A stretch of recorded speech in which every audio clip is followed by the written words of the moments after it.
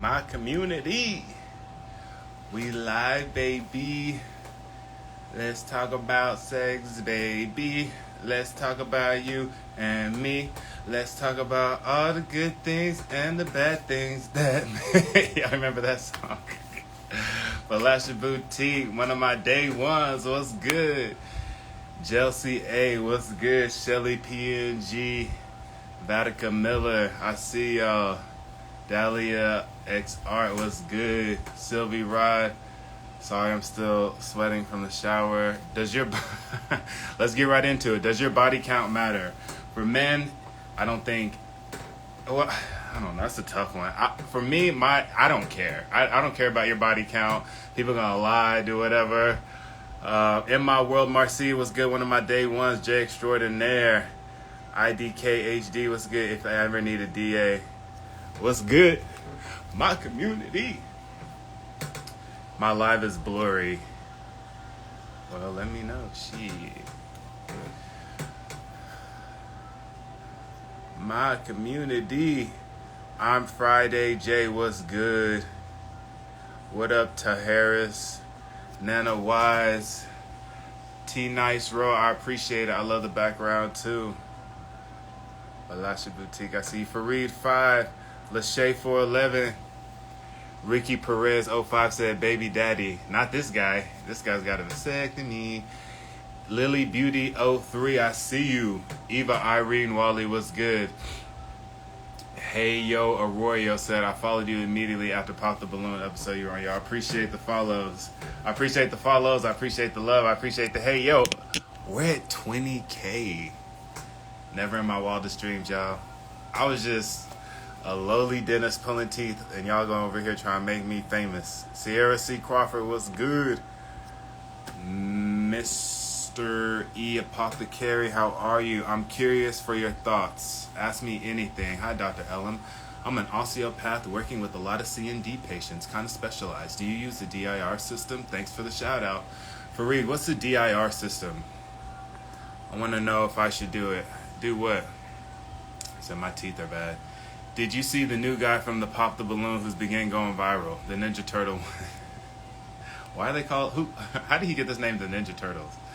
I like the Ninja Turtles. Is he more of a Raphael or a Leonardo? Or Donatello? What up, Digital Glims? I see you. The Maurice Nicole. Y'all appreciate the follow. Self-Care Momo. I see you.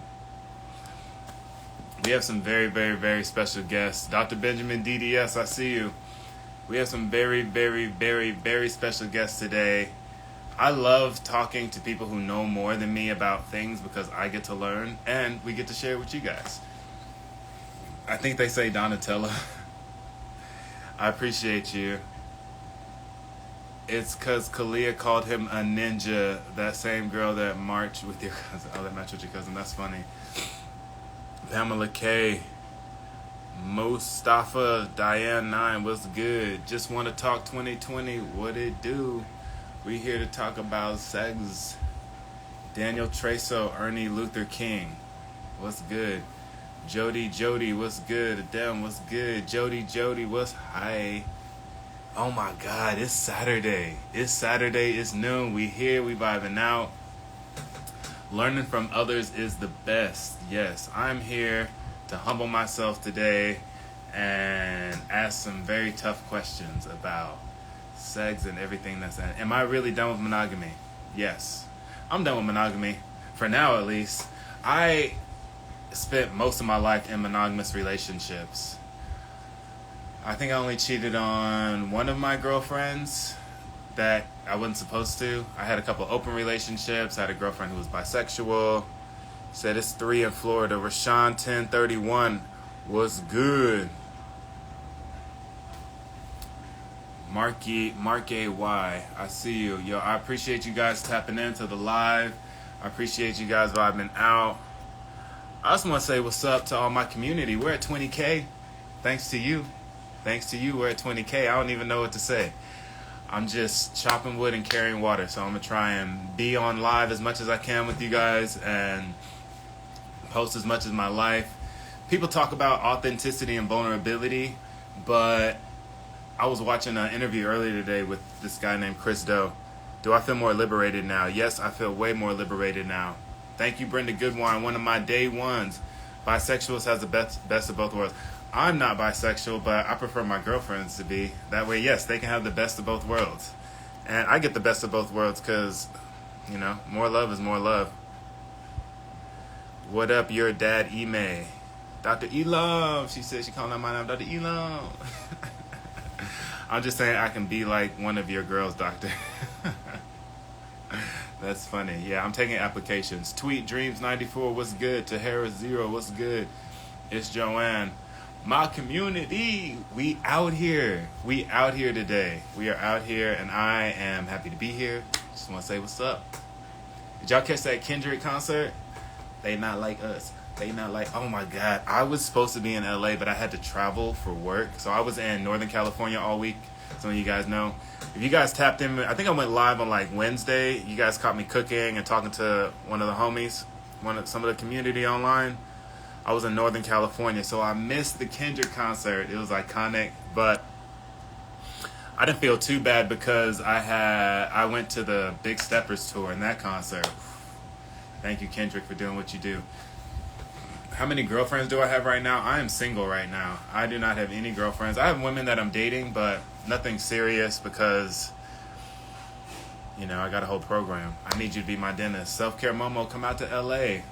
Fix you up. Fix you right up. My community. What's good? Yo, I really appreciate you guys fucking with me. We're at 20,000 followers. It's crazy, y'all. That's just crazy. I don't even know what to do at this point. Now I'm just going to keep being more vulnerable. So, yes, authenticity.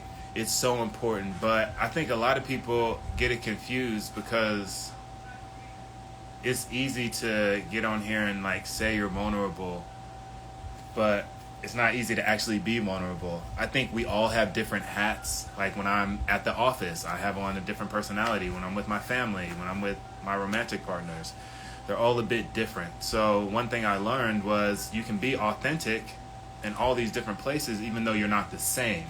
Being authentic doesn't always mean being the same all the time. I think a lot of people get that confused. Do I do workshops as far as dentistry, relationship advice? Yes, I'm a relationship coach. If you want to have a one-on-one with me, my link is in the bio. Go ahead and slide. Let's see, where my guests at? Is this one of them? Mala Smart? What's his name? It's Courtney. And where my people at? Where my people at? in Dakota. I had a bad experience with dentists in LA. Damn, Tracy. Tell me your troubles. My community. I'm going to try and bring on Dakota right now. What's good, Dakota?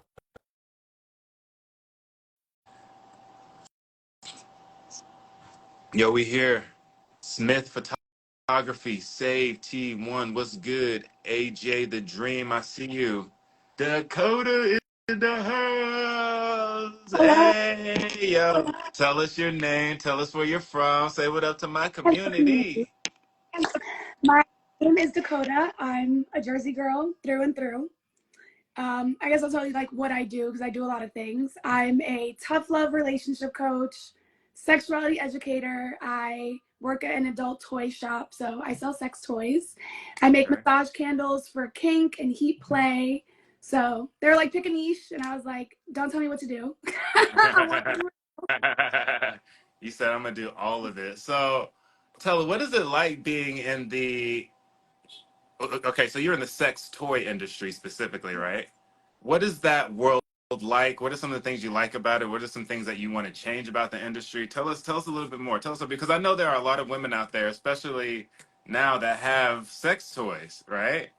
And there are a lot of men who, may be a little bit uncomfortable with the use of sex toys. How are we supposed to get comfortable with this lifestyle, this new change? Talk to us. So there's different layers to it, right? You asked me a few things, but I'll start with one of my favorite things about working at an adult toy shop, and that is that people come in with their most intimate desires and questions, and a lot of times they think they're looking for one thing, and after digging deeper and educating them, they realize that they want something completely different. So I feel very honored and privileged to be like have a role in helping people experience pleasure in multiple ways. You know, it doesn't even have to be a toy. It could also be a supplement or an like something that just makes them feel like their desires are being met. But a lot of trends that I see is yes, a lot of women are exploring sex toys, and a lot of sex toys are geared towards women.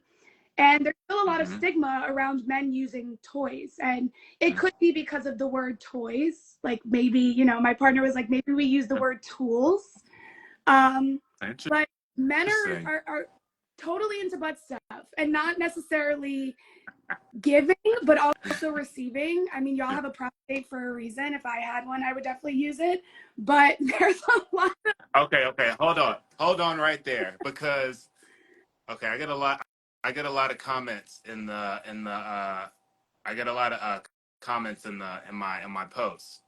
I am not traditionally homosexual, and I don't technically like butt stuff.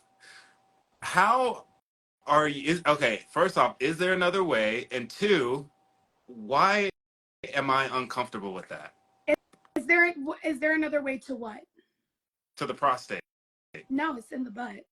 I mean, there are ways that like you stimulate the taint or the perineum, right? The space between the sac and the actual anus. You could stimulate that, but the prostate is in the anus. And I think a lot of times why men feel uncomfortable exploring that part of their body, because it doesn't, the prostate does not just function for seminal health. It's like the male clitoris. Like that's the equivalent, you could say. And it's because we associate butt stuff with homosexuality, when in fact, you don't have to like men to like prostate stimulation. You could stimulate it yourself. You could be with someone of the opposite sex and have them stimulate it. But I totally understand why there's a lot of like hesitancy because of the ideas that we have. Oftentimes, too, there's this idea of like men giving, like they are the penetrator, not the penetrate-e. But I think that there can be a lot of that, and it doesn't have to be for everyone. I always say if there's something that you're weary about, don't until you try it twice. It's kind of like going to a restaurant. You may go to a restaurant and the meal that you tried is trash, and you may go somewhere else and it's great. But if we try it in a safe environment and we're informed, we'll never. And it might be something that you really enjoy, or you try it and you're like, I'm good on this. I don't need this. Okay. Well, it sounds like those of us who aren't doing butt stuff are missing out. Are we missing out? Something that you could find pleasure in, I would say yes. If it's just not for you, that's fine. That's okay. So, how can you maintain a sense of pleasure even though you're not exploring everything? Like, how can I maximize my pleasure even though I'm feeling uncomfortable or maybe insecure, or maybe I don't know, Dakota. I feel like I've tried it. I feel like I tried it and it didn't work. Was I not doing it? That's totally fine. But there's the education piece too. Like we also have a very narrow view of what sex should look like. And if we do certain sex acts, that says something about our sexuality. And it can. Interesting. But expand our view and ask ourselves to that piece of like, well, what do we do? What are you curious about? What is completely off limits and why? What are the things that you like? Why do you like them? What are the things that you don't like? Why don't you like them? And start to unpack your ideas around it there. I don't recommend jumping into something blindly. Like you need to be making informed decisions about your sexual health and your pleasure always. Right. And I love that. So when people walk into your store, you get to interact with them with a level of vulnerability that most people don't outside of their relationship and sex life. How do you, I guess, bring people into a safe space, or what advice can you give people to create a safe space around exploration? Humor really lightens the mood. Sensitive topics. Okay. And you have to have a level of like awareness of the person's vibe, right? Like there's people that come in and they are visibly uncomfortable. and nurses. So with Mm-hmm. those communities, I take a more clinical approach. So I'll talk about the facts and the anatomy, and I will use more medical language versus casual language with those people. And over time, I start to see them open up. And then there's people that come in and, they'll use all type of words. They have all types of questions. It's my job to meet them where they're at to get them to where they want to go, whether that's that day or we take baby steps. And it's like, all right, let's make a starter kit for the thing that you're Yeah. trying to explore. I think that's a great. Can you give? Okay, what would be a good starter kit for someone who's never done butt stuff, who is a little bit afraid, but also wants to maybe try exploring with their partner? What is a great starter kit? Mindfulness, have some sort of mindfulness practice, because breathing Okay. is huge. Like, oftentimes when people are having sex or self-pleasure, we don't breathe. Mm-hmm. we Interesting. forget to breathe. So a sense of mindfulness. Start small, Mm-hmm. whether Mm-hmm. that is a finger, a very small toy, something that's body safe. Mm-hmm. So if you're using a silicone toy, you will not use silicone lubricant, only water-based. Why not? Silicone toys with silicone lube, they're too like material. So what happens is the silicone lube actually breaks down and will melt a silicone toy. Interesting. Oh, What's the half life on that? I don't want to get too technical, but how? So silicone lube and silicone toys, they don't mix, never. which is contraindicating in my mind. I think you want to get the same, right? But you're saying they break each other down. So that's fascinating. So with the silicone toy, you want to get a water-based lube. Water-based. Water-based is really good for everything except for like hand jobs, and like it could be good Okay. for butt stuff, but you really want to have something that's like super slippery and slick. Mm-hmm. It also tends to have less ingredients. You want to make sure that you are not getting anything that has glycerin, which is like a vegetable sugar, which is not healthy Oh, inside of the body. That's for outdoor interesting. display. But a lot of times people come in and they want something that's super slippery and slick. Only use silicone lube if you really want to, if it's like person to person butt stuff, or you have a metal toy. No, I have never. Okay. I just looked at the chat. Yeah, my community there. I love. They're a little unhinged. We're a little unhinged. All the questions are well. I don't block anybody unless you're getting on my nerves. But still, this is vital information because a lot of people are out there trying new things without guidance and ultimately hurting themselves. Okay, and this may be a little off topic, but is it possible to get an STD without previously having had one? Like two healthy people come together, is it possible to get an STD by, let's say, mixing the silicone and the silicone or water? Is it possible to procure an STD from just two healthy You know people? who I think this question is perfect for? Who? Courtney. Where's Courtney? I don't know. He might have to send a request. I know I'm gonna send he's it. answered this before, and I can answer this, but he phrases it beautifully. So Uh-huh. I'm tagging in my. We're gonna bring Courtney. We're gonna bring Courtney in, but tell us a little bit more about some of the things that you wish would change in your experience with when people come to you, and they're, being vulnerable and open. What are some things that you wish people would know before they came in? Your desires are normal and natural. You deserve to experience pleasure, and that also goes for men, because a lot of times when we hear the words pleasure and intimacy, they sound feminine, they sound soft, and men Mm-hmm. are also entitled to experience pleasure and explore self-pleasure without being demonized. That's another thing I see too, where a man will come in and get a sex toy or something for Mm-hmm. masturbation, and it's like, well, why can't you get a girl? Why are you home? And it's like, you're Mm-hmm. also entitled to explore your own self-pleasure, Mm-hmm. and you might learn something new that you can bring into play with other people. So your Right. pleasure matters. Your desires Mm-hmm. are normal as long as they involve consenting adults, human beings. Mm-hmm.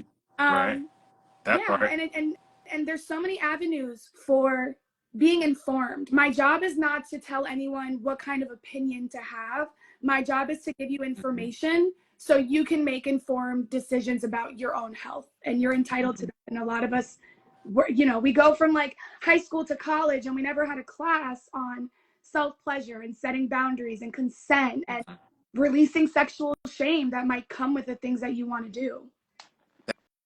That's huge. And one thing you said earlier about keeping your breath, I think can really help develop the courage to release that shame. I always implore breath, whether it's in your daily practice or with your romantic partners, meditation, working with your breath with my patients. It's very, very important to stay with your breath. How can staying with your breath through a sexual experience help magnify it? And conversely, how can, forgetting about your breath take away from the sexual experience? Well, breath is movement, it's energy, it's oxygen that's in our blood. So when you're increasing, the rate of your breath or the deepness of your breath, you're bringing more blood flow to the areas that bring us pleasure. And that could be anything. Like, it's not just our genitals. We have erogenous zones all over our bodies. Some people like feet, some people like bellies. So, on kisses on the neck.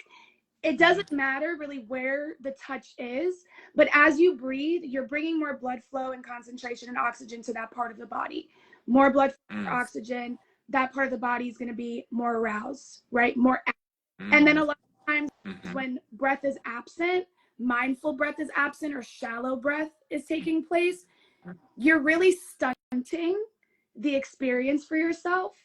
That's all related to being tense, right? Like when we're ventilating, we're living in our upper chest. So a lot of people are anxious. We tell you to breathe into your stomach, expand your breath. So if you're short of breath, or you are short of breath and you're stunting your breath, you're almost stunting the amount of pleasure that you could experience because you're holding a lot of tension in the body. And a lot of us relate to orgasm with tensing up, like this muscle control that is held and it remains. And a lot of times what gets in the way, like I have people come in and they're like, how can I squirt? I'm like, well, one, the position, and two, like, you need to breathe. Like, you need to relax the body. And a lot of people, because we weren't taught how to breathe, like it's something we do, but we weren't taught mindful breathing. That's fascinating. Can you take us through a little tutorial how to breathe through an orgasm, basically?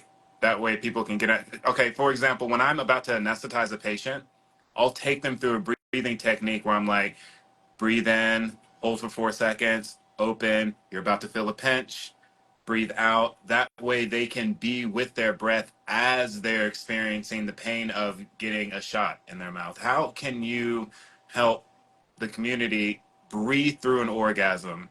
Give us a 401. So there's like two types of breathing, right? Like we can breathe through our nose and we can breathe through our mouth. Typically, breathe through our nose, that calms the nervous system. That it's I call it like the cooling breath.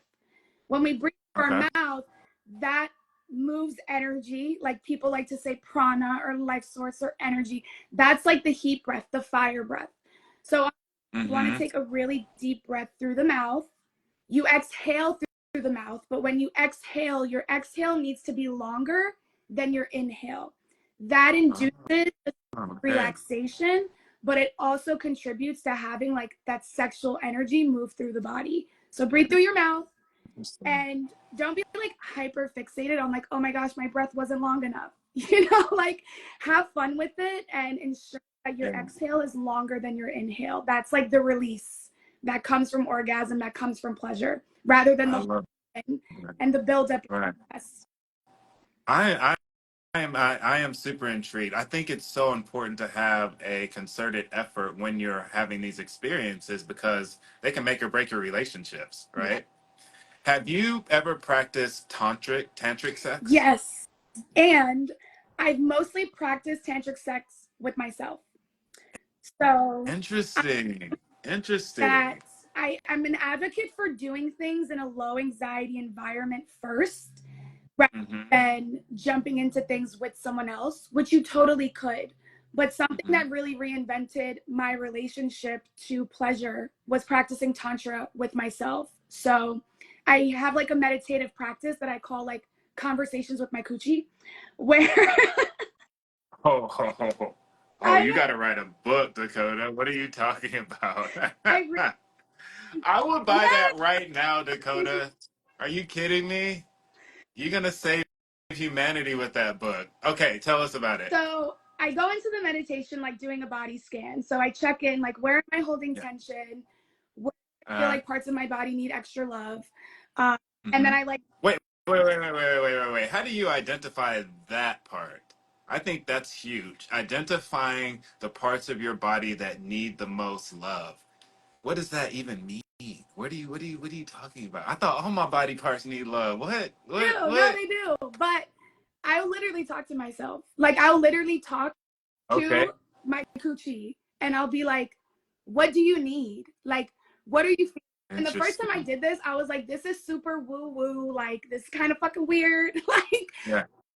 I Yeah. felt called to Can you my test it? body and Mm-hmm. I let whatever thoughts and feelings kind of arise. So, like, the first time I did this, she was like, girl, like, you're neglecting me. Like, you don't spend time Mm-hmm. with me. You like share me with other people, but you don't spend Yeah. time with me. You don't take time to like get to know me and what I like. So you got a whole I relationship with your coochie. do. That's my That's so important. Okay. Yo, all the ladies out there, can you guys take notes? I need to know that you have a relationship with your coochie before you introduce us next time. it's true. Because it trickles into like me being able to practice mindful breathing and touching myself. Like I'll also focus Mm-hmm. on the feeling of my own hands on my body because we tend to put a lot of foreplay and work Mm-hmm. into sex with other Mm-hmm. people, but we don't really foreplay ourselves. We don't Mm-hmm. focus on Mm-hmm. how does my skin feel to the people that are touching me? How do I Right. feel about the skin that I'm in and my erogenous zones and how my touch can be intoxicating to the people I'm touching? So it's different Mm-hmm. perspectives you could take that are mindful to reinvent your relationship to pleasure. So I would just do a body scan, right? Close my eyes, take a deep breath, start with the top of my head. Where am I holding tension? And typically, where I'm holding tension, where in my shoulders, my neck, that's where I need the most love. And then Mm-hmm. myself, what do I need? Versus focusing on what I'm doing wrong. Because bad Mm-hmm. habits, it's not enough to just stop the habit. You need to replace it. I call it like you're replacing the bad habit with a self serving habit. Interesting. Can you give us a quick example of replacing a bad habit with a self-serving Oh, habit? I'm sure there's plenty of yeah. them, but So um in my relationship I was called out. My partner was like, I need you to take accountability for something. And then sure. relationship based. But my initial reaction, like I was silent for like 3 minutes, like wrestling with my ego. And Mm-hmm. I was like, okay, the bad habit is being a little brat and sitting here and being like, no, I don't need to take accountability. You're wrong. Yeah. I'm right. I can sit in this and I can lean into this. And I was like, okay, the consequences of not taking accountability and leaning into this bad habit because I'm uncomfortable, and women also struggle to be held accountable by men in particular, the consequences are a lot worse than me just saying, you're right. So the bad habit was being a little baby. I was being a little bitch about it. I was sitting there like, you gotta breathe. And then I was like, okay, what is gonna serve me, my growth, and this relationship? Because ultimately, what serves me serves a relationship. It's Right. saying, you're right. I fucked up. At the moment, I was like, ugh. And then after the fact, I felt really good about it because it got me one step closer to like the type of partner I want to be, the type of woman I want to be, the type of person I want to be. So accountability does not feel good, but just because something doesn't feel good in that way because it's challenging you doesn't mean you do it. We got to like lean in. We got to lean in a little. Someone's in the comments saying admitting a man was right. Oh my gosh. Oh, is that Courtney? Court, is that Courtney's Yes. stigmatization? Yeah. Yo, I want, first off, can we stop? Can my community, can we all stop and give Dakota a round of applause for taking responsibility and admitting that she's not perfect because she's a human being, and taking responsibility for your actions and how you respond to said emotions is mwah, mwah, mwah, mwah, perfect. And I wish more people did that. I think that was a turning point in my relationship with myself, first off, is being looking around my life, looking at my relationships, looking at my experience, and saying, where can I take responsibility even more? And once I started to do that, I was able to appreciate what was in front of me more and even be and show up better than I had before. So continue. I just want to stop by. We're going to bring Courtney in a second, though. I want to see what you got to say. You What you guys got got to say. this interviewer. He's great. But I'm excited. yeah, that was something I also recognized with the accountability piece, is that in most of my relationships, I was with people that crossed a boundary and then I would have negative reactions to, and that was the pattern. But now the relationship I'm in now, it's like the healthiest relationship I've been in. They're absolutely great. So I can't be distracted by their shitty behavior, because there is no shitty behavior. Now I'm actually in a situation where I have to look at myself and start doing that internal work, because there's no one to point a finger at. Right. Well, can I say with the dearest of hearts that I know you didn't wake up like this. I know it takes work. And because of that, you have to give yourself grace to not be perfect. You have to give yourself grace to still fall into some of the old ideologies that you made yourself of. What advice can you give to the community? Maybe some concrete tools. I know for me, meditation, like when you said breathing, that was just like the perfect thing for me, because that allows me to regulate my physiology. A lot of people think, and I want you to comment on this too, a lot of people think like, oh, you need to regulate your emotions. And I don't think it's possible to regulate your emotions. Our emotions are going to do what they're going to do. They're like lights on a dashboard for us to pay attention to when something is changing or something is wrong or something exciting, happy, sad, whatever. But we can regulate our actions around said emotions. What tools did you develop to garnish control over your physiology when you're experiencing cognitive dissonance or anxiety or stress or anger? Talk to us. That's actually something I'm practicing actively right now. From, Mm-hmm. I had shared with you and we had talked, like, I'm getting a divorce. So Okay, okay. being in environments that are safe emotionally. So when Mm, you're used to being in emotionally unsafe environments and you get into a safe environment, your nervous system is waiting for any threat. So I yeah. have times where I'm easily able to say, I'm feeling this emotion. I need this thing. Let's talk. I need to co-regulate. Then Mm. when you could use the word triggered. I like to use the word activated. Trigger just sounds like so intense, and it is intense. But Activated sounds nice. I might start using that yeah, too. She. emotional activation. And Yeah. when you're in that state, everything you're perceiving is skewed. You are not seeing, Mm. hearing, Yeah. tasting, feeling things in their true form. Like, Right. things are no longer objective. So what's been helpful for me is having community. I have Mm. deeply intimate platonic relationships with people that know me enough to say, like, girl, you're bugging out. Like, you need to chill. But the Yeah. self part, I use this analogy and people say, like, it's so dramatic, but like, I could literally be a fish in the next life. I want to do everything humanly possible to be my best self in this one. And I can recognize when there's cognitive dissonance and there's fear and I'm activated when I'm scared. Because oftentimes the thing Mm. that we are afraid of is the thing you need to do. Oh, I'm scared, like, Mm. opening myself up to this person, even though thus far they've proven to be trustworthy. I need to lean in. I'm scared to go out to this restaurant alone because what if people are looking at me weird? I need to lean in. Mm. I'm scared of just being happy. Yeah. Like, Yeah. peace, because we're waiting for the ball to drop. But that is the nature of life. It's a roller coaster, right? It's up, it's down, it's around. So if you're Right. scared, I really encourage you to face the fear and ask yourself, like, what Mm. is the worst possible thing that could happen? And if it Mm. happened, you will be okay. You'll be Mm. you will I be okay. love that. We have a lot of us have gone through much more difficult things, and that's not to say, like, Yeah. let me pack on more hard shit. but it is Yeah. like we built a toolkit that you need to utilize. Use it or lose it. And the more you tap into those tools of breathing, of saying, Yeah. yes, I was wrong and I apologize. What do you need? What do I Mm. It becomes a lot easier because it's a practice. It's like you said, I didn't wake up like this. It's a choice you have to make day in and day out when the opportunity presents itself. And there's going to be times where you make the right choice, and there's going to be times Yeah. where you feel like you let yourself down and you fucked up. But as long as you are doing your absolute best with a clear mind, clear intention, informed clarity, what really more can you ask for?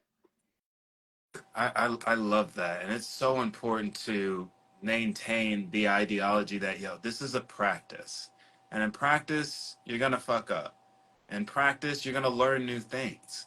So making sure that you understand that it's a practice allows you to have this fearlessness almost. You're almost practicing to get through the fear every time. Every time, this is how I can get through the fear. I love that. I love that. I love that. Let's see what Courtney's on. What's his handle Stigma again? minimization. Sigma minimization. I love that. So, how do you? What advice would you give to people who are dealing with certain STDs or who come in? Yo, there he is, the man of the hour. Hey, am I muted? Oh, My I'm man, not. All tell right. tell us your name. Tell us where you're from. Who Yeah, are you? my name's Courtney Brame. I'm from St. Louis, Missouri. I just moved out to New Jersey May 1st to get closer to New Okay. York. And I run a nonprofit organization supporting people navigating herpes stigma and educating healthcare professionals on how to best inform patients about herpes and sexual health. Mhm.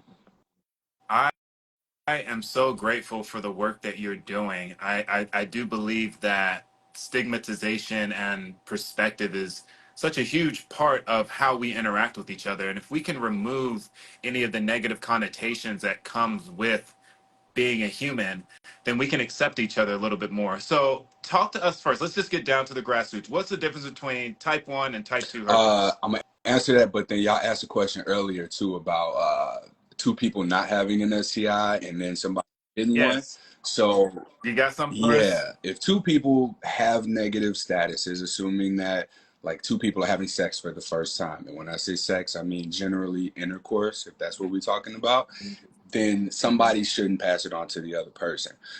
This Right. kind of ties into your question about the difference between type 1 herpes and type 2 herpes. So, type 1 is Hmm. typically associated with the mouth and oral herpes, and type 2 is typically associated with genital herpes. You can get either one in either location. So, if somebody goes and get tested at the doctor, they get a full panel, right?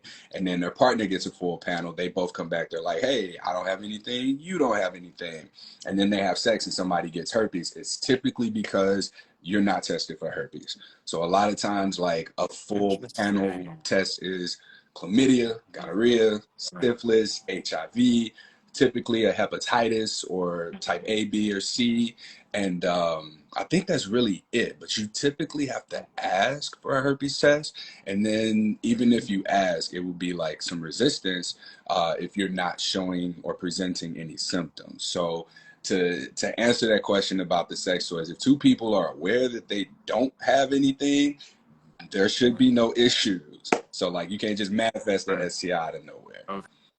Okay. Okay. But it comes with lack of knowledge and not, even though they're asking for a full panel, they're not getting all the different possibilities. So where I'm interested to know how we can remove some of the stigma from these STIs. Thank you for the way you worded that, right? So what you just did there, you talked about removing the stigma, right? A lot of people talk about ending stigma, destroy the stigma, right? All these violent words. And I think that not feeding more violence and negativity and misinformation into it, that's step one. So I talk about minimizing stigma because a lot of people who get an STI or come in contact with somebody and they talking about their sexual health, herpes, whatever, what happens is they kind of make that the priority. And like you begin to look at a person and you're like, oh, like this is what they're about. And that's not typically the case. Like we'll put so much of a priority on sexual health that we forget it's a whole ass person, you know, right there that needs to be taken into consideration.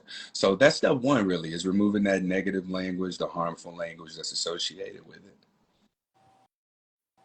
I love that. Dakota, do you have anything to add to that? I mean, I used to teach kids sex ed, like health, right? Grades 5 Sure. have conversations about this. Like kids use language like, ooh, they're dirty. Ooh, you have herpes. Ooh, you have this, you have that.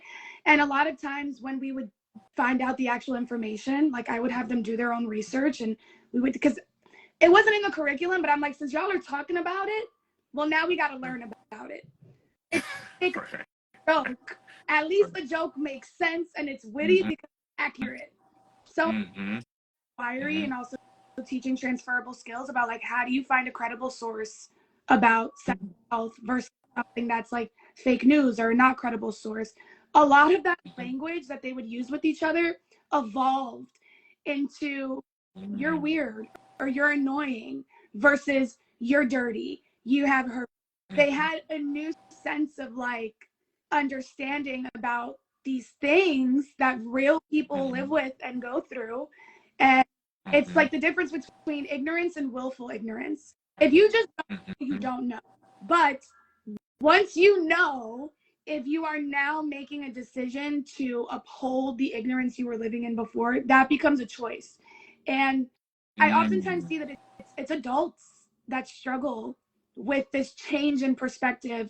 And it could just be because, you know, whatever, your brain stops developing at 25 and what they say, but not even the sense of like children are more malleable. I think because of less experiences and being set in their ways, they're more open and receptive to information and maybe taking on a different perspective versus adults are like, I've been this way, I'm going to stay this way, this is who I am.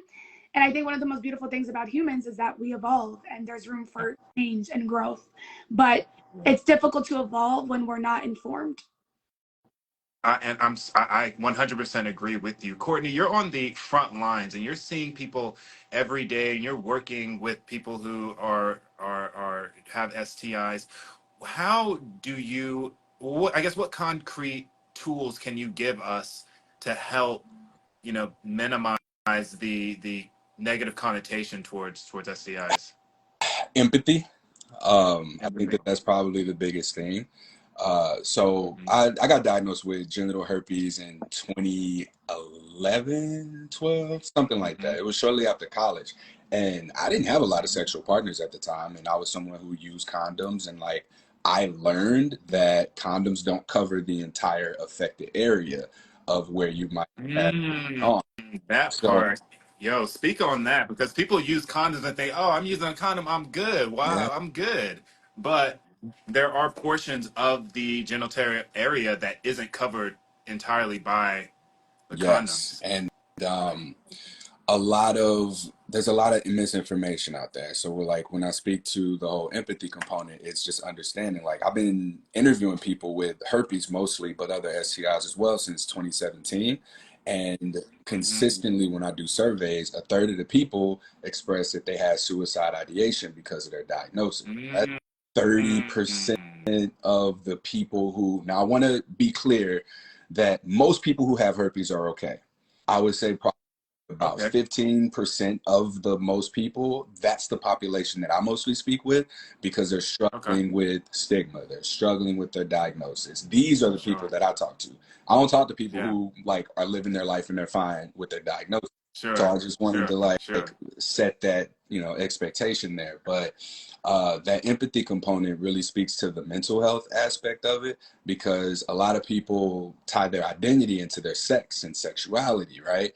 And you get this diagnosis and it's not, damn, my sexuality is impacted or my sexual health is impacted. It's that my identity is now impacted. Like, who am I now? I'm dirty. How can I have relationships? How can I have sex? Right? So this is really where the challenge becomes. Yeah. I have I practice trying to release attachment to any and all identifications. Being a doctor, I'm grateful to be a doctor, but I'm not attached to that identification. Being a son, I'm grateful to be a son, but I'm not attached to that identification. Being a black man, being a man, all of these identifications that we carry with us on a daily basis, if we can practice removing the identification and the attachment to that identification, then we can create a space between that and the suffering that comes with having an STI, being a black man in America, blah, blah, blah, blah, blah. We can create that separation.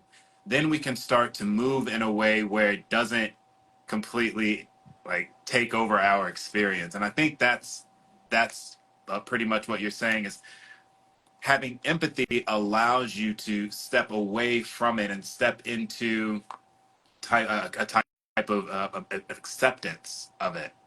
So, Dakota, I want you to talk more because you deal with patients in a different way. You know, the people that come to you, they're excited, they're vulnerable, they're how close do you get with people, and what advice do you give to people who are working through their sexual relationship with STIs? So I do like relationship coaching. So I have clients in that sense, and then I have people coming in from the adult toy shop. So Mm-hmm. we look at like people like Courtney's resources, and Mm-hmm. the teacher in Mm-hmm. me is like, well, let's look at the actual information, the facts, Yeah. fix the numbers, Mm-hmm. and now let's humanize that information. So what people out Mm-hmm. there are living with herpes or other Mm-hmm. STIs and have very fulfilling sex lives that have amazing partnerships, because it's almost as if they're like forced into this area of being transparent and having more conversations around sexual health, which everyone's Mm-hmm. doing. But Mm-hmm. notice that through those lived experiences of having that diagnosis, that conversation can come up more because now you're intimate with this person and that person. So it's like, here's the information, here's the facts. Now let's humanize this and show that there's potential for you to have pleasure, to have great sex, to have the kind of relationship that you envision for yourself, right? Like those identifiers you were speaking to before, they're parts of our identity, and it can give Mm-hmm. us and other people information about how we move and navigate in the world. But those are just like little parts of us that make up who we really are. Mm-hmm. Mm-hmm. So, Courtney, talk to us. How can we have a thriving sexual lifestyle with Yeah, STIs? communication. So much of it is like, people say communicate, communicate, communicate, but learning the how of that, and it's a lot of what Dakota shared, right? With being connected with your body and knowing what it is that you like, and then also being brave enough to communicate what you like to partners. If there is somebody that you want to share that kind of a connection with, and understand too, like I think a lot of people think that the first time you have sex with somebody who has herpes that you're gonna get it, and that's not the case. There are many people who have it, don't show any symptoms, don't even know that they have it, and sometimes people find out because they were accidentally tested for it and they're like, yo, what's this? I didn't ask for this, right? Most people would typically rather not know. There's studies that are shown on this. Most people would rather not know what their status is than know and be able to do something about it. So I would say like that knowing what you want is more important than anything else. Like being able to communicate what your health status is and being able to take whatever action you need to in order to minimize the possibility of exposures or transmissions, but also like understanding that there's a survey that I did that showed 70, it was a little bit over 70% of people who are living with herpes who have partners. It's discordant dating, where one partner is positive and the other is negative or doesn't know their status. These people have gone on to have consensual sexual relationships without barriers and not pass the virus on to their partner. And So, are you saying that you can have sex raw and not transmit the STD? yes, I'm saying That's now, that's let me that's say great this. Let me news. say That's this. great Hold on. Let me news. say this though. Like the odds of passing it on are significantly greater when there is a physical presence of the virus. Because a lot of people don't understand herpes is a nerve condition that the virus lives in nerves. And it Mm. comes out, I look at it as like a tenant. So your body hosts all these organisms, bacteria, viruses. Herpes just so happens to be one of those. And as long as, like, it's hot outside right now, right? If the air conditioner working, I'm staying in the house. But let this air go out and I need to get out. I'm banging on the door. I want to talk to the landlord. Hey, you need to cut this AC on or I'm out of here. And that's kind of Mm-hmm. what the equivalent of those physical symptoms are. If you're not taking care of your body, your nutrition, stress level, those kinds of things, then herpes wants you to come fix the AC. Hold on. Did you say stress levels? So are you telling me that if I live in a high stressful environment, then I have a higher chance of like breaking out, I guess, with Yeah, herpes? Is that how it Yeah, works? so it's really about the immune system. Like you Okay. can, if your immune system is lower and unable to keep the virus at bay or in the apartment complex, right? So if you level, it's level. Mm-hmm. Like y'all chilling, y'all get along fine. But the minute you start tripping, you eat. For me, I learned that having excess amounts of sugar was a trigger for me. And I've had 3 outbreaks over the almost 12 years now that I've had it. And one was I got fired from a job. I was living in a new city. Well, that was the second one. The first one was the first. And then the most recent one I had was 2021, over a weekend of a lot of drinking and a lot of sugar. It was these sugary drinks that if Sprite and Hawaiian Punch had a baby, that's what it was. So I had an outbreak and I was like, yo, I probably need to watch my sugar. And I happened to go to the doctor not too long after that, and he was like, "Hey, did you know you were like at that line for becoming pre-diabetic?" And I was like, "Yo, if I didn't get that outbreak, I would have kept eating and drinking the way that I was." So herpes is happy with me. I ain't passed it on to nobody, to my knowledge. Yeah. We chilling. It's almost like a checks and balance. Like, yo, if I'm here, there's a problem, basically. So Dakota, are there foods, drinks? Because I know like alcohol and like even like different sugars can change the pH balance of the vaginal canal. Are there foods that you stay away from, or drinks that you advise that people stay away from? You just in general health for conversations with the coochie. I mean, just having a balanced diet, like drinking water, you can treat yourself, right? Here and when Mm-hmm. people do the 80-20 rule, whatever it is, staying away from processed foods, you know, Mm-hmm. eating your veggies and your fruits and drinking a lot of water and getting good sleep, like the basics of self-care and like being at your optimal health level really is like, across the board for everyone really good. And like I have a drink every now and then, like it's okay to partake in that, but when you also look at how alcohol acts in the body, it is a depressant. Yeah. Alcohol is Yeah. not good for you. It's not. Yeah, It, it's not good for anything, really. we have our vices. Like it's an Right. experience thing, a social thing that people do, but everything in Mhm. moderation. Have a balanced diet. Make sure I was resistant to like my vegetables and I had to eat them. Like that's just the reality. And it's gonna take time for your body to adjust as well if you're used to having processed foods and fake sugars and going out all the time. But you find that balance and it almost makes it that much fun and meaningful when you get to Yeah. like I, I'm so with you. In my world, Marcia said, "Okay, thanks, scary stuff. I'm gonna stay in my house." No, no, you don't. We're not trying to make you go in the house more. We're trying to give you the tools and the power that way you can move safely and healthily in this environment. So how? Okay, so how can we not scare people? Oh, we have a few minutes left. I want my community to move forward in their sex because I'm all about the sex, baby. Like, yo, do your thing. Like, live pleasure. Like, get it how you live, but do it in a healthy way. How can we what I just want to give the people something that they can move forward with that'll kind of give them erase some of their fear, help them work with their fear. Like she said, I will die alone. it's Oh. gonna be okay. It's gonna be It's gonna be okay. It's gonna be okay, Marcy. It's gonna be okay. If I can say something real Please, quick. All right. please. So people don't start having these conversations about sexual health until somebody tells somebody like, hey, I have something that I need to tell you, right? Like Mhm. a lot of times we default to, do I need this condom? and that's the end of the conversation. There's not conversations about birth control. It ain't conversations about what to do if we get something right. So I often say that, like, people who do have STIs, herpes, HIV, you know, these are the people who are in fact leading these conversations. And as messed up as it sounds, right? Like, because of that moral high ground or whatever, like, if it wasn't for us, people wouldn't be having these conversations because we're initiating. I can't tell you how many people I know who, before their diagnosis, I asked too, like, how often did you talk to partners about getting tested or communicating or condoms? How many of y'all wear condoms for oral sex? Nobody, right? So we gotta be real about what these risks are. And if you really don't want anything, be abstinent, right?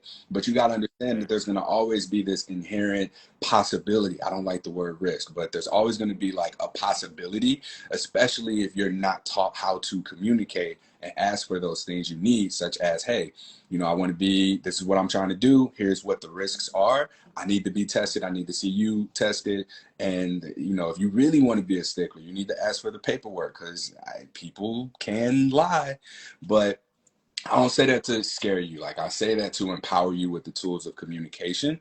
And a lot of times too, when people are exposed, like, the biggest regret is who they had sex with. So don't be having sex with people that you don't like either, right? Because that regret is what a lot of people really linger on. They're like, I knew I shouldn't have done this, shouldn't have had sex with this person, blah, blah, blah. Of course they did this. And that just comes from not knowing what you need, what you want, what you like, and being able to communicate what your needs are in order to have as safe of an experience that is as pleasurable as it can be. And I'll just stop it there for you. Oh, I love it. I love it. Dakota, please. I have this hashtag that Instagram loves and they hate it, and it's hashtag happy healthy hoe. And there's like layers to it. One, it's like reclaiming the term hoe as something that doesn't have to be negative, and also doesn't have to mean that you're having sex with a bunch of people, which is usually, you know, the do it. But the happy and the healthy part comes from identifying what you actually want. And I'm going to say this, but a lot of people say, oh, I want a relationship, but I'm okay with just having casual sex with this guy that I know really doesn't like me and really doesn't want a relationship. I want a monogamous relationship, but I'm okay with my partner having sex with other people because, like, I'm going with the flow, or vice versa, right? What do you want? Why it? And then what does it look like to put that into action? So the healthy part, what do you want? Why do you want it? The happy speaks to what Courtney was saying, or the healthy part, I'm sorry, speaks to what Courtney, having conversations, having boundaries that are in line with your values. A lot of us, boundaries are rules. And if you can identify what you value, then you create boundaries that are in line with those things. And it's easier to say, okay, this person is doing something that's in line with that, or I'm doing something that's in line with that. So know what you want, know why you want it, adapt and get the skills to actually make that happen. And your happy, healthy whole life can literally look like whatever you want it to be, but it needs to be a conscious decision and a conscious process. Honesty over everything. That's a hoe. That's right. That's a hoe. Honestly, I'm gonna be honest with everything that I want, and I'm gonna still get everything that I want, and I'm gonna get it in abundance. And that's gonna be my new definition of a hoe. Honesty over everything. Well, yo, you guys are fucking awesome. Courtney, you got any last words for us? You better put that on the t-shirt. You better put that on the t-shirt for somebody else do it. But last thing, I was yo, y'all get the t-shirt yes, ready. yes.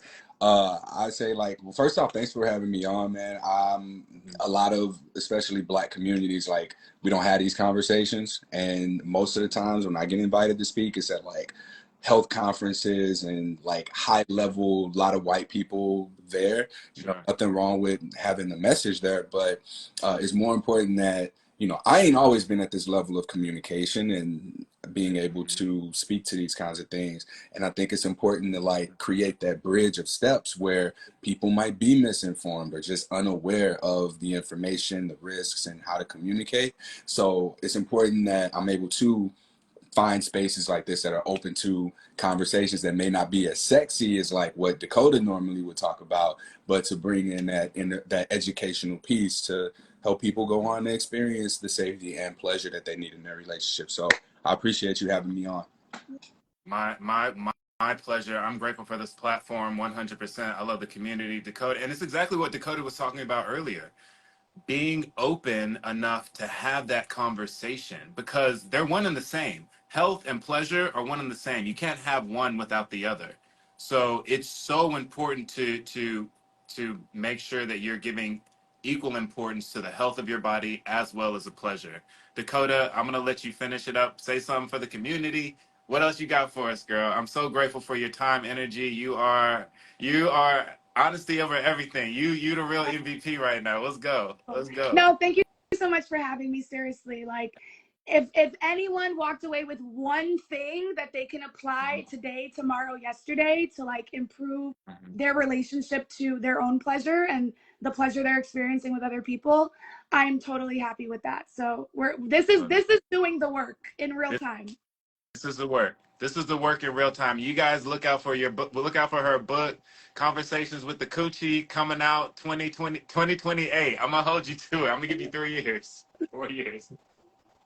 Hey, if you don't come out with Conversations with Coochie, I'm coming out with a book, Pillow No, Talk with My Penis. I'm going first. It's my first. We can race. We'll race to see whose book comes out first. All right, guys. Yeah, I appreciate the time, the energy, the effort. Thank you for all the work that you're doing. And I look forward to continued conversations. And next time I'm in Jersey, I'm hitting both of y'all up. Like, what's good? Where y'all at? I'm outside. Sounds. I'm Thank outside. you. All right, guys. I'll talk to you guys soon. Thank you, thank you, thank you. I'll tap in with All right, y'all. appreciate it. Bye. My community, they not like us. They not like us. They not like us. Y'all gonna be seeing me do that shit all summer. Yo, I appreciate the time, the energy, the vibes. I hope my community learned something. Conversations with the coochie. Pillow talk with my penis. All right, y'all. I'll see you guys next week. I'll tap in. Y'all be good. Y'all look for me later this week. And look for the t-shirts too. We got